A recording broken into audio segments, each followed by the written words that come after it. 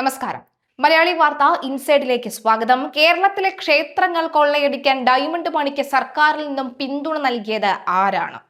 ഏതായാലും അയാൾക്ക് സർക്കാരിൽ അമിതമായ സ്വാധീനമുണ്ടെന്നാണ് പ്രത്യേക അന്വേഷണ സംഘം കണ്ടെത്തിയിരിക്കുന്നത്. ഈ കണ്ടെത്തലോടുകൂടി അന്വേഷണ സംഘത്തിന്റെ പണിക്ക് ഇടവേള വരുമോ എന്നറിഞ്ഞാൽ മതി.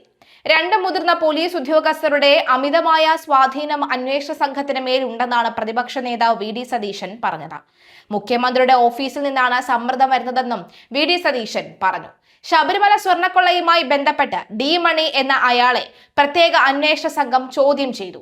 ഡി മണി ശബരിമലയിലെ പഞ്ചലോക വിഗ്രഹങ്ങൾ വാങ്ങിയെന്ന വിദേശ വ്യവസായിയുടെ മൊഴിയുടെ അടിസ്ഥാനത്തിലായിരുന്നു ചോദ്യം ചെയ്യൽ. ഡി മണി എന്നയാൾ ഡയമണ്ട് മണി എന്നാണെന്ന് SIT പറയുന്നു. യഥാർത്ഥ പേര് ബാലമുരുകൻ എന്നും സ്ഥിരീകരിച്ചു. ഡി മണിയും സംഘവും കേരളത്തിൽ ലക്ഷ്യമിട്ടത് 1000 കോടിയുടെ കവർച്ചയാണെന്നും ശബരിമല കൂടാതെ പത്മനാഭസ്വാമി ക്ഷേത്രവും ലക്ഷ്യമിട്ടതായും സൂചനയുണ്ട്. മണിയെ ചോദ്യം ചെയ്യുന്നത് തുടരുകയാണ്. കോൺഗ്രസ് പ്രവർത്തക സമിതി അംഗം രമേശ് ചെന്നിത്തല വെളിപ്പെടുത്തിയ വ്യവസായിയാണ് ഡി മണിയെക്കുറിച്ചും വിഗ്രഹക്കടത്ത് സംഘത്തെക്കുറിച്ചും SITക്ക് മൊഴി നൽകിയത്. ശബരിമലയിലെ സ്വർണ്ണക്കൊള്ളയ്ക്ക് പിന്നിൽ രാജ്യാന്തര പുരാവസ്തു കടത്ത് സംഘമുണ്ടെന്ന വ്യവസായിയിൽ നിന്ന് വിവരം ലഭിച്ചതായാണ് ചെന്നിത്തല വെളിപ്പെടുത്തിയത്. സ്വർണം തട്ടിയെടുത്തതിനേക്കാൾ വലിയ വിഗ്രഹക്കടത്ത് ശബരിമലയിൽ നടന്നുവെന്നാണ് മലയാളിയായ വിദേശ വ്യവസായി അന്വേഷണ സംഘത്തിന് മൊഴി നൽകിയത്. 2019-20 കാലഘട്ടത്തിലായി 4 പഞ്ചലോക വിഗ്രഹങ്ങളാണ് രാജ്യാന്തര പുരാവസ്തു കടത്ത് സംഘത്തിന് വിറ്റത്. ഡി മണി എന്ന പേരിൽ അറിയപ്പെടുന്ന ചെന്നൈക്കാരൻ തന്നെയാണ് വിഗ്രഹങ്ങൾ വാങ്ങിയത്. ഉണ്ണികൃഷ്ണൻ പോറ്റിയായിരുന്ന ഇടനിലക്കാരൻ. വിഗ്രഹങ്ങൾ കൊടുക്കാൻ നേതൃത്വം നൽകിയത് ശബരിമലയുടെ ഭരണ ചുമതലയുള്ള ഒരു ഉന്നതനാണെന്നും മൊഴിയുണ്ട്. ഈ ഉന്നതൻ കേരള സെക്രട്ടേറിയറ്റിലാണ് ഇരിക്കുന്നതെന്ന് വ്യക്തമാണ്. ദേവസ്വം വകുപ്പിന്റെ ഭരണ ചുമതല ഇദ്ദേഹത്തിനുണ്ടെന്നും സംശയിക്കുന്നു. 2020 ഒക്ടോബർ 26-ന് തിരുവനന്തപുരത്ത് വെച്ചാണ് വിഗ്രഹക്കടത്തിനുള്ള പണം കൈമാറിയത്. ഡി മണിയും ഉണ്ണികൃഷ്ണൻ പോറ്റിയും ഈ ഉന്നതനും മാത്രമാണ് പണം കൈമാറ്റിയതിൽ പങ്കുണ്ടത് എന്നും മൊഴിയിൽ പറയുന്നു. ഇക്കാര്യങ്ങളെല്ലാം നേരിട്ട് അറിയാമെന്നും വ്യവസായി പറഞ്ഞു. മൊഴി വിശ്വസിക്കാനാകുമോ എന്നുള്ള പരിശോധനയിലാണ് SIT. അപ്പോഴാണ് ശബരിമലയിലെ വിഗ്രഹങ്ങൾ വാങ്ങിയതായി വിദേശ വ്യവസായി മൊഴി നൽകിയ ഡി മണി എന്നയാൾ ഉണ്ടെന്ന് സ്ഥിരീകരിച്ചത്. പ്രത്യേക അന്വേഷണ സംഘം സ്ഥിരീകരിക്കുന്നതായിരുന്നു ഇങ്ങനെ. വ്യവസായിയുടെ മൊഴിയിൽ പറയുന്ന ചെന്നൈ സ്വദേശിയായ ഡി മണിയുടെ സംഘത്തിലുള്ളവരെ SIT ഫോണിൽ ബന്ധപ്പെട്ടു. മൊഴിയെടുക്കുന്നതിനായി SIT സംഘം ചെന്നൈയിലേക്ക് പോവുകയും ചെയ്തു. ശബരിമലയിലെ 4 പഞ്ചലോക വിഗ്രഹങ്ങൾ കടത്തിയെന്നും ഡി മണി എന്നറിയപ്പെടുന്ന ചെന്നൈ സ്വദേശി വാങ്ങിയെന്നുമാണ് വ്യവസായിയുടെ മൊഴി. കോൺഗ്രസ് പ്രവർത്തക സമിതി അംഗം രമേശ് ചെന്നിത്തലയാണ് ദുബായിലെ വ്യവസായിക്ക് ചില വിവരങ്ങൾ അറിയാമെന്ന വിവരം SITയെ രേഖാമൂലം അറിയിച്ചത്. തുടർന്നാണ് വ്യവസായിയുടെ മൊഴി എടുത്തത്. ദാവൂദ് മണി എന്നും അറിയപ്പെടുന്ന ഇയാളുടെ യഥാർത്ഥ പേര് മറ്റൊന്നാണെന്ന് SIT വ്യക്തമാക്കിയിട്ടുണ്ട്. നിലവിൽ പ്രാഥമികമായ ചോദ്യം ചെയ്യൽ മാത്രമാണ് നടന്നിട്ടുള്ളതെന്നും ഇയാളെ കസ്റ്റഡിയിൽ എടുത്തിട്ടില്ലെന്നും SIT അറിയിച്ചു. ഈ സ്വർണ്ണക്കൊള്ളയിൽ ഡി മണിക്ക് നേരിട്ടോ പരോക്ഷമായോ പങ്കുണ്ടോ എന്ന് പരിശോധിച്ചു വരികയാണ്. കേസിൽ അന്താരാഷ്ട്ര ബന്ധമുണ്ടെന്ന് രമേശ് ചെന്നിത്തല ആരോപിച്ചിരുന്നു. ഡി മണിയുടെ പങ്കാളിത്തം തെളിയിക്കപ്പെട്ടാൽ അന്വേഷണം അന്താരാഷ്ട്ര തലത്തിലേക്ക് വ്യാപിപ്പിക്കാനാണ് SITയുടെ തീരുമാനം. അന്വേഷണം മന്ദഗതിയിലാണെന്നും സർക്കാർ ഇടപെടലുകൾ ഉണ്ടെന്നും ആരോപിച്ച് കേസ് അന്വേഷണത്തിന് കോടതിയുടെ മേൽനോട്ടമോ CBI അന്വേഷണമോ വേണമെന്ന് രമേശ് ചെന്നിത്തല നേരത്തെ ആവശ്യപ്പെട്ടിരുന്നു. ശബരിമലയിൽ മാത്രമല്ല തിരുവനന്തപുരം പത്മനാഭസ്വാമി ക്ഷേത്രത്തിലെ കൊള്ളയടിക്കാനും അന്താരാഷ്ട്ര സംഘം ലക്ഷ്യമിട്ടിരുന്നതായി രമേശ് ചെന്നിത്തല ആരോപിച്ചു. N. Vasu Devaswom board president ആയിരുന്ന കാലത്ത് പുരാവസ്തുക്കൾ ലേലം ചെയ്യാൻ നടന്ന നീക്കം താൻ പ്രതിപക്ഷ നേതാവായിരിക്കെ ഇടപെട്ട് തടഞ്ഞതായി അദ്ദേഹം അവകാശപ്പെട്ടു. അന്താരാഷ്ട്ര തലത്തിൽ കുപ്രസിദ്ധനായ വിഗ്രഹ കള്ളക്കടത്തുകാരൻ സുഭാഷ് കപൂറിന് പങ്കുണ്ടോ എന്ന കാര്യവും അന്വേഷണ പരിധിയിലുണ്ട്. മണിയെക്കുറിച്ച് കേന്ദ്ര ഇന്റലിജൻസും അന്വേഷണം തുടങ്ങി. റവന്യൂ ഇന്റലിജൻസിന്റെ ലിസ്റ്റിൽ ഇങ്ങനെ ഒരു പേരില്ല. മറ്റെന്തെങ്കിലും പേരിലാണോ ഇയാൾ കച്ചവടം നടത്തുന്നത് എന്നും സംശയമുണ്ട്. മണിയെ സഹായിച്ച പ്രമുഖൻ ആരെന്ന് മാത്രം അന്വേഷണ സംഘം മിണ്ടുന്നില്ല. പതിയെ പ്രമുഖനെ ഒഴിവാക്കാനും ശ്രമം നടന്നേക്കാം. കാരണം സർക്കാരിൽ അമിതമായ സ്വാധീനമുള്ളവർ മാത്രം വിചാരിച്ചാൽ നടക്കുന്ന കാര്യങ്ങളാണ് ശബരിമലയിൽ നടന്നത്. വാസുവും പത്മകുമാറും മാത്രം വിചാരിച്ചാൽ അത് നടക്കണമെന്നില്ല.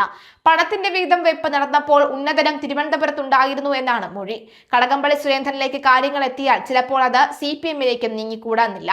ഹൈക്കോടതിക്കാകട്ടെ സ്വർണ്ണമോഷണത്തിന് പിന്നിൽ വൻ റാക്കറ്റുകൾ പ്രവർത്തിക്കുന്നുണ്ടെന്ന സംശയം തുടക്കം മുതലേ ഉണ്ട്. അന്താരാഷ്ട്ര സ്വർണ്ണക്കടത്ത് സംഘത്തിന്റെ കാര്യം കോടതി എടുത്തു പറഞ്ഞത് ഈ സാഹചര്യത്തിലാണ്. കോടതി ഇക്കാര്യം ശരിയായി പരിശോധിച്ചിരുന്നു. അന്താരാഷ്ട്ര കുറ്റവാളികളെ കുറിച്ച് കോടതി പറഞ്ഞത് തികച്ചും ഒരു വിദഗ്ധ അഭിപ്രായം തന്നെയായിരുന്നു. കോടികൾ വിലമതിക്കുന്ന കച്ചവടമാണ് ക്ഷേത്ര പുരാവസ്തുക്കളുമായി ബന്ധപ്പെട്ട് നടക്കുന്നത്. എന്നാൽ കേസ് അന്വേഷിക്കുന്ന അന്വേഷണ സംഘം ഇത്തരം കാര്യങ്ങളിലേക്ക് കടന്നതേയില്ല. ഇതൊരു പക്ഷേ CPM സമ്മർദ്ദം കാരണമാകാം.